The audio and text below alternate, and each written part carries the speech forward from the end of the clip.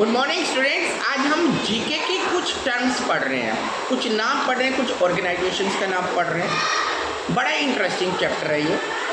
और इस चैप्टर में हम बात कर रहे हैं आईएमएफ। आईएमएफ का मतलब होता है इंटरनेशनल मॉनेटरी फंड। ये दुनिया में किसी भी कंट्री को एक तरीके से लोन देता है।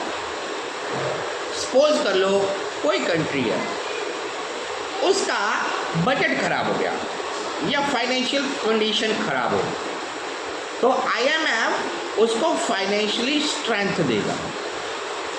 तो इसके बाद क्या होता है, वो जो कंट्री होती है जो इंटरनेशनली मॉनेटरी लेती है, उसको फंड दिया जाता है ताकि उसकी कंट्री में फाइनेंशियल कंडीशन ठीक हो जाए, वो कंट्री दोबारा चलने लग जाए। तो कंट्री उस पैसे को वापस रिटर्न करती है, क्लियर, उस ऑर्गेनाइजेशन को रिटर्न करती है। दुनिया में कई एग्जाम्पल आए कई कंट्रीज़ के साथ। जब कंट्रीज़ की फाइनेंशियल कंडीशंस खराब हो,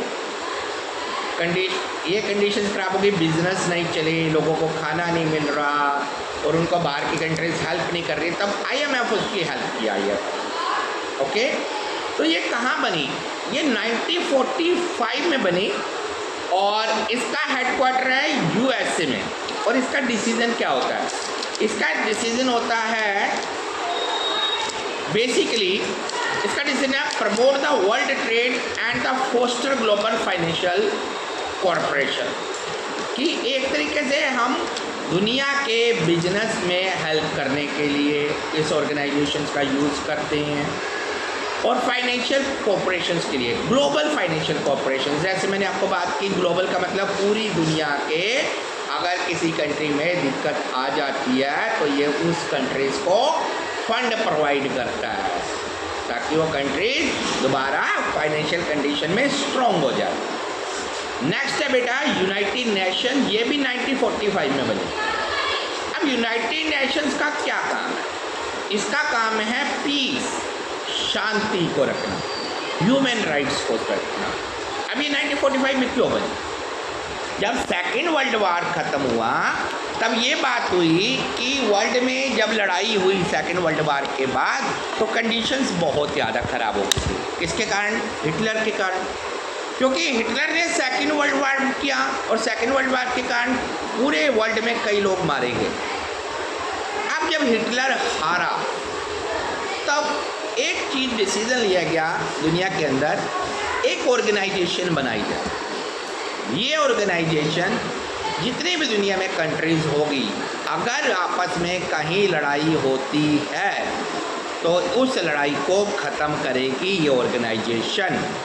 तो इस ऑर्गेनाइजेशन का बेसिक मकसद है दुनिया में शांति प्रदान करना। फिर आगे बेटा 1948 के अंदर जिनेवा स्विट्ज़रलैंड में एक ऑर्गेनाइजेशन बनी जिसे कहते हैं वर्ल्ड हेल्थ ऑर्गेनाइजेशन। और 1945 में पीस के लिए बनी यूनाइटेड नेशनल ऑर्गेनाइजेशन और हेल्थ के लिए बनी जिनेवा में वर्ल्ड हेल्थ ऑर्गेनाइजेशन। आपने देखा होगा कई बार हमारे इंडिया के अंदर कुछ नई चीज़ें लॉन्च होती है, जैसे आपने पल्स पोलियो अभियान देखा होगा, बच्चों को पोलियो की दवाई पिलाने आते हैं। ऐसे ही पूरी दुनिया में कई बीमारियां होती हैं, उस बीमारी को ख़त्म करने के लिए इस ऑर्गेनाइजेशन का यूज़ किया गया। अफ्रीका कंट्रीज़ काफ़ी पुअर कंट्री है, तो अफ्रीकन कंट्रीज़ को सपोर्ट दिया जाता है इस ऑर्गेनाइजेशंस के द्वारा, ताकि उस ऑर्गेनाइजेशंस का वो लोग बेनिफिट ले सके और अपने देश से बीमारियों को दूर कर सके। जैसे पल्स पोलियो अभियान हमारे इंडिया में ही नहीं चलता, बाहर की कंट्रीज़ में भी चलता है, क्लियर। और बच्चों की बीमारियों के लिए वर्कआउट करती है ऑर्गेनाइजेशन, और कोई मेजर बीमारी होती है उसके लिए करती है। फिर आए 1961 में ग्लैंड स्विट्ज़रलैंड में एक ऑर्गेनाइजेशन बनी, इसका नाम था world wide fund for the nature, protect endangered animals and create the awareness about the wild life. इसका काम था कि जो जानवर हमारी दुनिया में कम हो रहे हैं उनको बचाना है। जैसे अभी हम इंडिया कौन सा प्रोजेक्ट लेके आए? चीता प्रोजेक्ट लेके आए हैं। चीते हमारे पास थे लेकिन ये बाद में ख़त्म हो गए, लोगों ने शिकार कर लिया, तो हमें कहाँ से लाना पड़ा? नामिबिया से लाना पड़ा।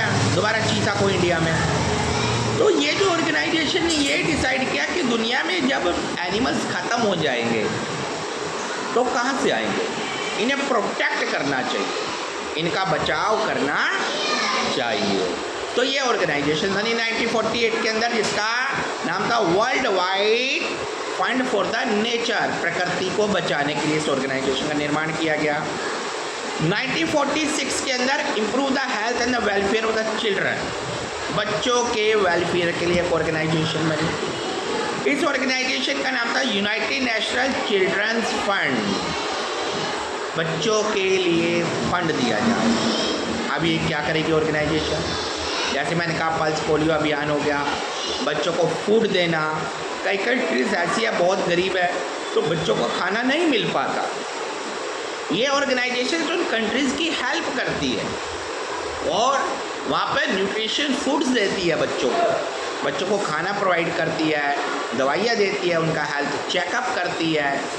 तो ये सब ऑर्गेनाइजेशंस हमारे वर्ल्ड में काम करती हैं। बहुत ही अच्छा चैप्टर था। नेक्स्ट टाइम मैं एक नई वीडियो के साथ आपके पास आऊँगा और ऐसे ही जर्नल नोट के चैप्टर के बारे में हम डिस्कस करेंगे। Thank you everyone.